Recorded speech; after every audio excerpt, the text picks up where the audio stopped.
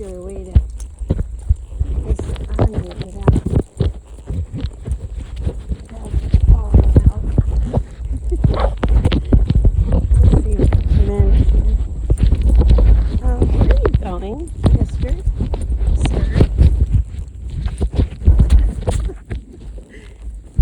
You on a tour? Okay.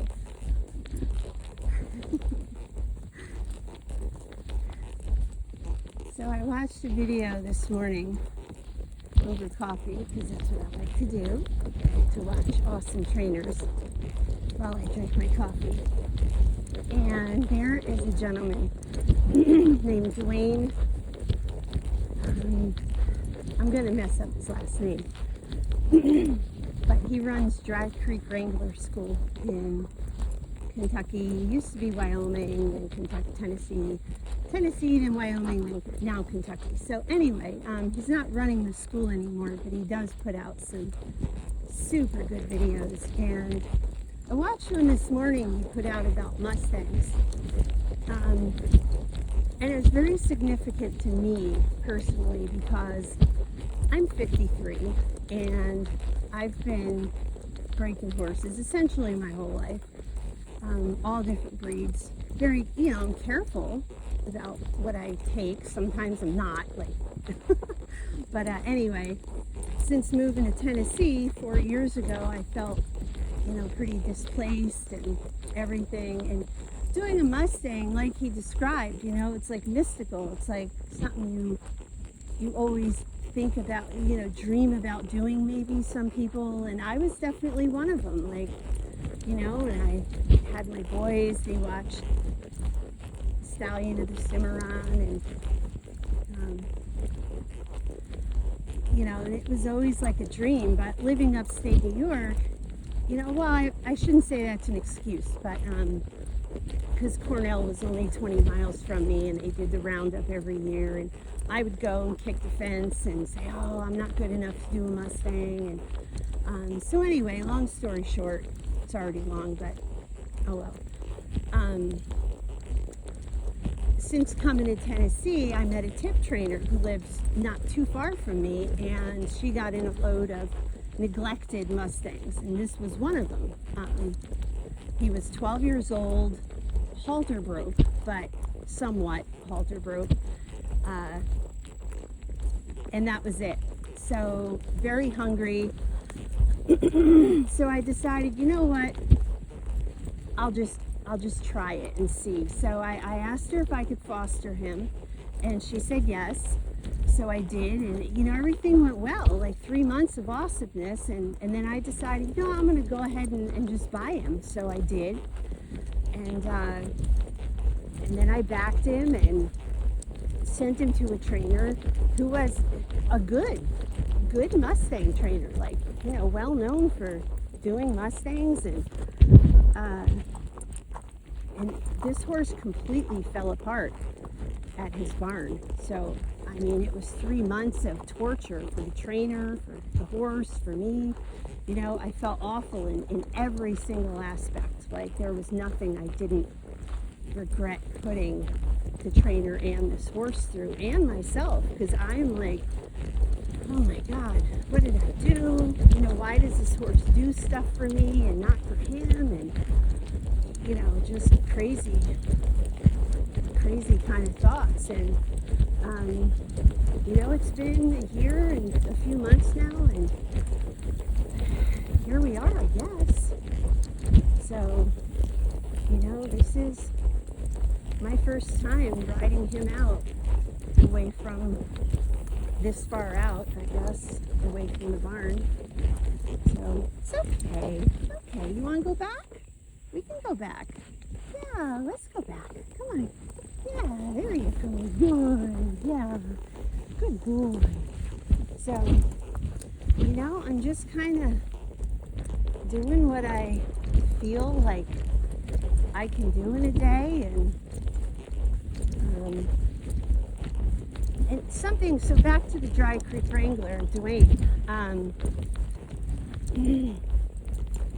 He describes a Mustang as what they are. Like they're a feral horse. They were escapees, and back in the colonial days or whatever, when they come off the ships. And so I actually, to get my mind around working this horse, I actually had to do a DNA panel on him to convince myself that he is in fact just another horse.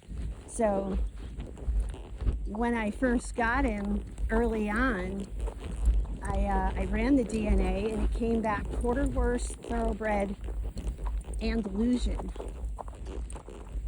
which I 100% agree. Like, this horse is 100% Iberian warm blood feeling. Like, he feels more like an Andalusian than a half Andalusian Azteca that I had. He feels more Andalusian than the Lusitano quarter horse cross that I had. So, you know, the variance in the breed is just so big. You get everything from something that looks like a full-on draft or draft cross to something as fine and light boned as like an Arab or Arab cross. So, and this guy here is like the perfect in the middle. I don't know why he wasn't finished as a younger horse. Like, he's 14 now, and you know, we're having some really great rides and moments now. He's more comfortable in the bit. I took him, you know, to a lot of specialist type people, veterinarians, to get specialty work like teeth and chiropractic and so forth. Maybe me just blabbling on now is helping me feel like I'm cool with what I'm doing. But honestly, yeah, I mean, I'm 53. My husband's in New York right now. My son is down in Nyota doing hay. My other son is in New York. My two other sons are in New York. So yeah, I'm just like here by myself with this mystical Mustang, doing what I do best, and that is ride. Like, I want to get better at groundwork. I want to learn how to do liberty and all of that. Now that seems like magic to me. That seems mystical. This does not. Like, when I sit in the saddle, I immediately feel like I'm home. I'm just home. And if I want to feel 100% home, then I sit on a standard bred, because that is, to me, 100% home. Hi, Gizmo. You see Doggy? Yeah, you see the doggy? Good boy. So I'm just riding him basically on the buckle, and I have a very mild French length snaffle in his mouth. Yeah, so, you know, no hat tricks here. And I got a wonderful gal, Carly Howe. She's super good young horse rider. She's 20 years old, UT student. Does a bunch of starting of young horses. And, you know, she said she's thinking he's ready to go on a trip to Baker's Creek. So I am super stoked and excited about that. So I thought, you know what? I am going to get on him up in the arena and take him on a walk. I don't have to worry about Frank looking out the window, giving me anxiety, which I feel zero anxiety right now. I don't have to worry about anybody starting up a truck up in the shop or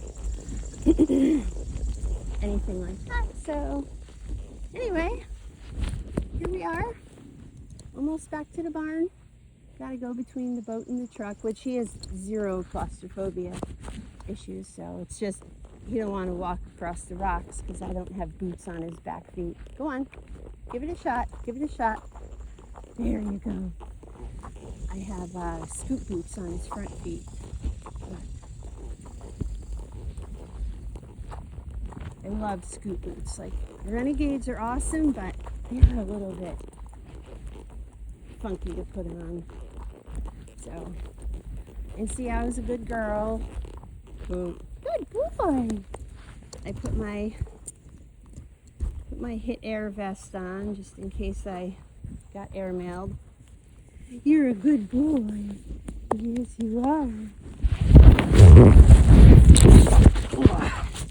Okay, here we go. Here he is in all of his beauty and entirety. Love this horse. He's been the hardest easy horse I've ever done, or the easiest hard horse. I've definitely learned more with him than any other horse I've had. He almost has an Azteca coat. Cool as heck. All right, mister, you ready to go have a nice cool bath? Yeah. All right. Peace.